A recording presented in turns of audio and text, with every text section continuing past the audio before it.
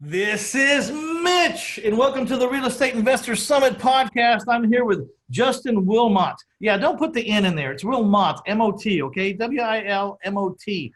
And he's over there in Flagler, Florida. Is that right? Flagler?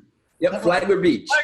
Flagler Beach, just down around the Dayton area. He's a surfer guy who loves surfing so much that he figured out how to make money and surf more than he works. So this is going to be a really good interview because everybody would like to do more of what they want and less work and still make the money they need. So it's a topic that we're going to be talking about is virtual wholesaling, or you like to call it mobile wholesaling.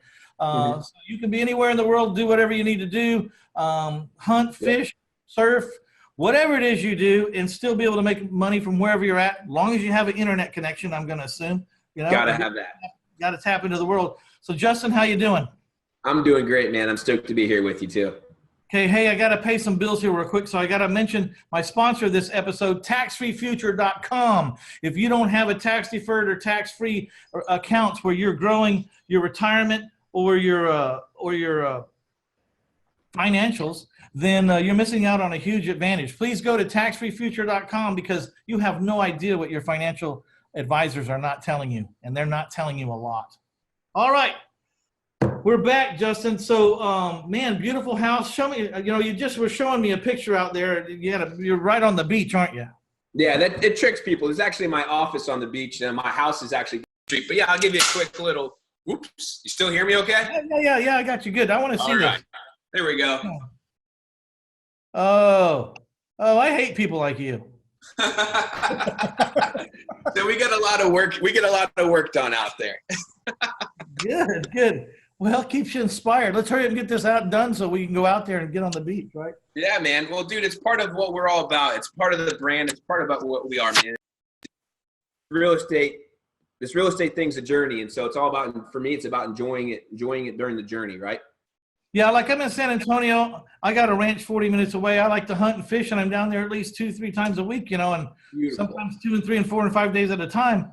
That's what I like to do. So that's, I clears your mind and motivates you for the next day, right? I got my system set up so that I don't have to be there every day, and I can run my office and increase my bank account from my cell phone. So I think this is going to be a great conversation. So you're doing virtual wholesaling, mobile wholesaling, is what you like to call it. And we're going to be giving away a flash drive that has an hour's worth of training with all the contracts, all the scripts, and even where he's getting his VAs to help him out. And it's an inside look at how to wholesale virtually from A to Z. I think I got that right. Insiders look inside how to wholesale virtually from A to Z. I'm trying to read it off this paper and I can't read my own writing. Same with me. I can barely read my own. So we're going to give away a link to that here in a little bit, but let's do some little background on Justin Wilmot. Tell us where'd you come from and how were you raised and how'd you get into this business? Yeah, so it's obviously everybody's got a long background, so I'll put it in short as much as possible. Came from a very, middle class, but hardworking family. My grandparents owned a campground up north in Foxborough, Massachusetts, which became like New England's biggest campground. And at a young age, I learned work ethics there because there was nothing more cooler for me than to start working on that campground, to wear the collared shirt, to be able to drive the golf cart around at 10 years old, 11 years old, and there was something, man, in me that just drove me to work. And so that's where I got my spirit from, I guess, my work ethic. But then, moved to the beach, parents got divorced, kind of became a surf bum, hanging out under the pier, smoking weed all day, lost my motivation. Nothing wrong with either of those things, but if you do it too much, everything in moderation, right? Right. Melt into the sofa. Yeah. So, I just lost my direction, man. But then, I found married my high school sweetheart, and I just knew I had to become more. I knew I was capable of more, which was the biggest thing. And I just sort of decided to change my lifestyle, became an entrepreneur. Had a yacht managed. It started off washing cars, detailing cars. But that company called Epic Detail became really successful and turned into a yacht management company. Because when my dad moved down here, he became a private yacht captain, and it became successful and really successful. And that was another problem I didn't know how to deal with, all the money, So I was an idiot there, blew the money, spent it in wrong places. And when the economy turned, your yacht is the first thing that you stop spending money on. So my business tanked, and it tanked like a sinking boulder.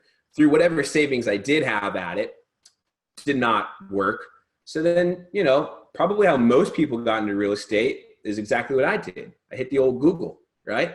I got, my company's failing. I got no income coming in. All my income's going out. Saving grace was actually, I was able to sell that. I sold that company to, at the time, he was my manager. So I had at the time, I think, at the peak, I had 15 employees, three crews. And anyway, my main guy, he bought the company for me for pennies on the dollar. He bought, and I gave him accounts where he was positive ROI from day one, dude. I mean, he was killing it. And so he bought that for me. And then I started my real estate in Denver through just Googling things. Spent a year and a half trying to learn the real estate game. Bought every course under the sun with whatever credit and debt I had available. And never made it happen. As a matter of fact, my first 2 deals I put under contract, I lost both of them because I wasn't paying attention to the location. I was looking at big square footage, small price, must be a deal. Well, it was in Crackdown, or it was in, across from all kinds of stuff going on. And so I did not lose hope in myself. I did not lose hope in real estate. I knew real estate was the key. I knew real estate was the answer. I mean, all my clients in that yacht management company were all in real estate in some way or the other, right? Yeah. So as I'm washing the boats and buffing their boats, I'm realizing, man, all these guys are crushing it in the real estate game, right? Yeah, yeah. So I want to pause here for a second to just thank you for your honesty and being so transparent, because some of the things that we go through to get where we're at, they're not pretty. And right. I think you need to hear that side of a person. I think, I wrote this book, My Life in 1,000 Houses, Failing Forward to Financial Freedom. And I was asked by a lot of people, are you sure you want to put this out? And I said, what's the problem? And they said, well, you're saying a lot of things that aren't very glamorous and don't look very well on you. And I said, well, it's the truth of what happened. And I had to go clear it with my wife and a couple of business partners too, that were kind of, we're pulling their pants down, showing their hiney too. Yeah. And they said, it's not very pretty, but they all said the same thing, and they weren't coached and they weren't in the same room. They all said, well, it's the truth of what happened. It's not very pretty, but it's the truth. Yep. And so I think the truth is really important. What everyone related to in what people are going to relate to in your story and what they related to in my story was it's about a time in the woods. And everybody goes through that time in the woods where there is nobody, there is no support system. There are bears out there, and there are things that'll eat you alive. And you're out there with maybe a sharp stick, and you're trying to figure out, how am I going to kill something to get a leg up so I can move on and get better. And it's scary. But I don't think there's a person worth their salt that hasn't been through it. And the poor bastards that inherit the trust fund and all that.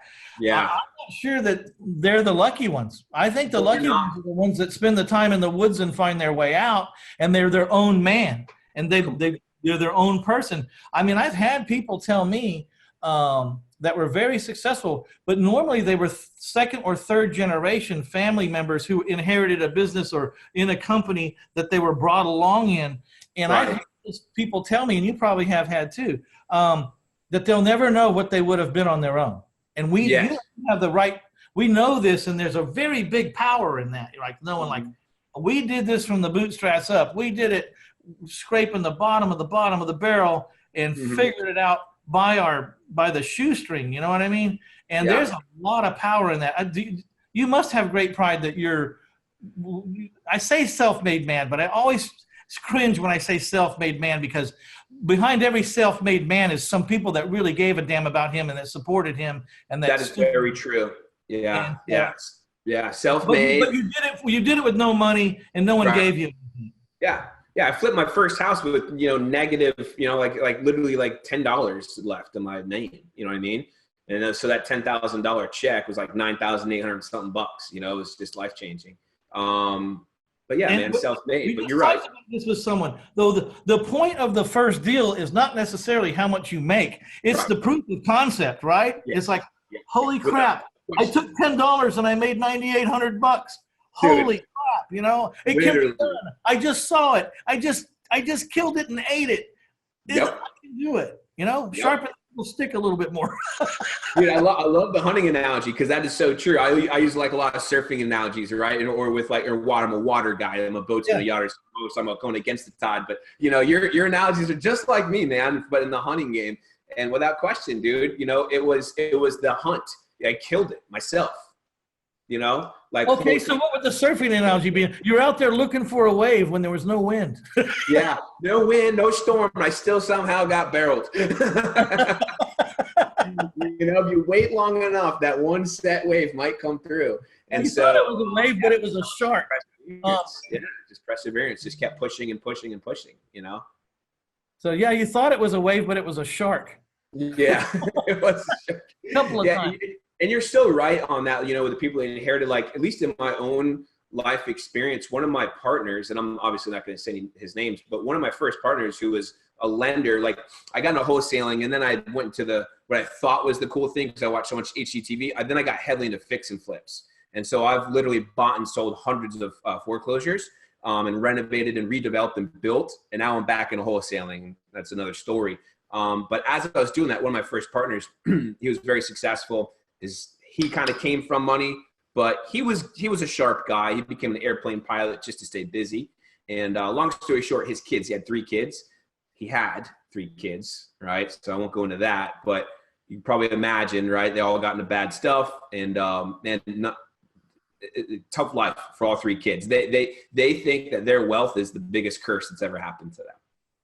Yeah, so a lot to be said for coming up, getting it a little bit at a time, and learning how to handle what you got. One thing that I'm very thankful for is that my wealth came over 22 years, and it didn't come easy and it didn't come fast. And I know what to do with it, and I know how fragile it is. I know how easy it is to lose it, you know, and I don't take it for granted at all because I fought so hard for so long. And you're not like the same kind of guy. Yeah. No, it can be taken so quickly. Yeah. Now let's talk about, you know, it doesn't matter what strategy you pick in this industry or any industry for that matter. If you learn how to, the trick is figure out a good strategy that will work in your market, wherever that is. Yep. B, make it pay and make it pay big. Yep. And then C, try to automate it so that you can, after forging this and working 24 hours a day and trying to figure out everything about it, that at some point you can automate it or systematize it and get people to help you so that you can get your freedom back. Because I think the only reason we make money is so that we can buy our freedom. Because if we could buy our freedom with jelly beans, we'd be discussing how to collect jelly beans right now, but that's not what we're discussing. So you picked virtual wholesaling, obviously because your freedom was really important to you. Yes. I mean, when anyone says I'm a virtual wholesaler, immediately I know this guy's probably out doing something all over the country, or he's got this thing that takes him away from an office a lot, and this is why he's doing this. Yes, without question, man. I mean, that comes from, like I said, I got off starting wholesaling because that was the path of least resistance. You know, hey, make money in real estate with no money, no credit, the guru said. And I said, well, that's me. Sign me up for that. And then, you know, and then I thought the big goal here was to become this really big fix and flipper, in which I became. And I didn't know anything else about systematizing, about business, about delegation, about any of these things I know and teach now. And I ran myself literally like into the ground. I was just found myself in a hospital getting CAT scans at 24 years old, dude. I had some sort of I still don't really remember what it was. It was some sort of hernia, stress-induced hernia, and I couldn't even swallow my own spit. Like thought I was like gonna die, dude. And the doctor's like, "What is wrong with? Like, what are you doing?" And I'm like, "Well, I'm a real estate investor." And he's like, "Whatever you're doing, you can't keep doing this because look at you, bro. You're dead." So I'm getting a CAT scan, an MRI, a healthy surfing 25-year-old. I'm like, I got to change this shit. In addition to that, what was work, or not going to say worse, but in addition to that, before that event, I also was realizing that like I got all this money and I got all these things and I got the condo on the water and the gated community and this badass cars and boats. But what's more important to me was experience, traveling. It's way more important to me than experiences. I'm not really a car guy. I got a kind of cool car, but like I'm not a car guy, and I want experiences. I want to surf. Central America is one of my favorite places on the planet. And I couldn't go. To even think of leaving for a week was a joke. Like, it's impossible. You probably know this, but when you got 3 or 4 renovations going on and you're babysitting all the contractors and you have your money guys waiting to hear from updates and all these things going on, it's not happening. There's no way I could physically leave. So I go, holy shit, I just created another job for myself and I can't ask for time off. I can't ask for a vacation. I can't ask for anything. I'm stuck. And that's when virtual wholesaling came back into play. So interesting. I had a nervous breakdown at 24. Same basic situation. Wow. It's crazy. Every time I share the story, someone tells me something at that age too. That's crazy, man. Because I was raised by Marines. I was athletics and football, and